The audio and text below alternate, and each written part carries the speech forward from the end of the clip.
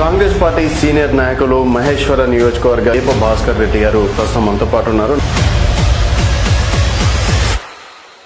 కాంగ్రెస్ అధికారంలోకి వచ్చింది, సక్సెస్ అయ్యారు. 2.5 సంవత్సరాలుగా ఎందుకు దీప భాస్కర్ రెడ్డి గారిని గుర్తించట్లేదు, ఎందుకు ఎలాంటి పదవులు ఇవ్వట్లేదు? నన్ను చూడట్లేదు అనేది తప్పది. నన్ను 100% చూస్తుంది, ఇలా పార్టీని గుర్తించింది. తప్పకుండా ఏదో ఒకటి వస్తుందని ఒక నమ్మకం నాకు ఉన్నది. దీప భాస్కర్ రెడ్డి గారికి పై స్థాయి నుంచి ఎవరు అంత సహకారం అందించకనే ఇంకా ఈ విధంగానే మిగిలిపోతున్నారు. మా దగ్గర సీనియర్ నాయకులు చిల్ల నరసింహారెడ్డి గారు ఉన్నారు. మనకు ఒక అవకాశం ఇచ్చిండ్రు, అట్లా వస్తుందేమో ఎక్స్పెక్ట్ చేస్తాం, అంతే వస్తుందేమో చూస్తున్నాం అంతేగాని ఫ్యూచర్ సిటీని ఫ్యూచర్ లేకుండా చేస్తామని చెప్పేసి బీఆర్ఎస్ పార్టీ చాలా స్ట్రాంగ్ గా చెప్తున్నటువంటి మాట. అంటే వాళ్ళకి ఫ్యూచర్ లేదు కాబట్టి ఫ్యూచర్ సిటీ లేదని చెప్తున్నారు.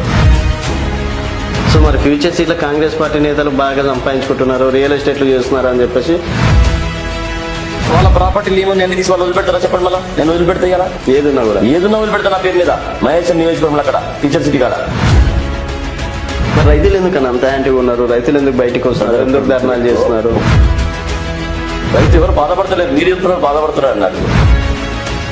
ఫార్మసిటీ రైతులు మా ఛానల్ కి వచ్చేసి ధర్నాలు చేయడం అనేది జరిగిందన్న. మేమే కవర్ చేసి ఒక 6 నెలల ముందు. నేనైతే నమ్మను బదలి ఎందుకు హైదరాబాద్ సికింద్రాబాద్ ని డెవలప్ చేస్తలేరు, అక్కడ ఉన్నటువంటి చెత్త తీసలేరు, లైట్లు లేవు, ఎన్ని సమస్యలు హైదరాబాద్ లో సికింద్రాబాద్ లో పెట్టుకొని ఫ్యూచర్ సిటీ అని చెప్పేసి ఆ ఫ్యూచర్ సిటీ వల్ల ఈ రోజు సికింద్రాబాద్, హైదరాబాద్ ప్లస్ రంగారెడ్డి జిల్లా పరిసర ప్రాంతాలకు కూడా రద్దీ తగ్గించాలి. రోజు రోజుకు జనాభా పెరుగుతుంది కాబట్టి ఈ ఫ్యూచర్ సిటీని తీసుకురావడం జరిగింది. ఫ్యూచర్ సిటీ వల్ల రేపు మహేశ్వరంలో కాంగ్రెస్ పార్టీ జెండా ఎగురుతుంది అనుకోవచ్చు. ఆదోని మహేశం కాంగ్రెస్ మా ప్రభుత్వం ఇంకా 2.5 years ఉన్నది. రాబోయే ప్రభుత్వం కూడా మా రేవంత్ రెడ్డి గారి కాంగ్రెస్ ప్రభుత్వం అని చెప్తారు.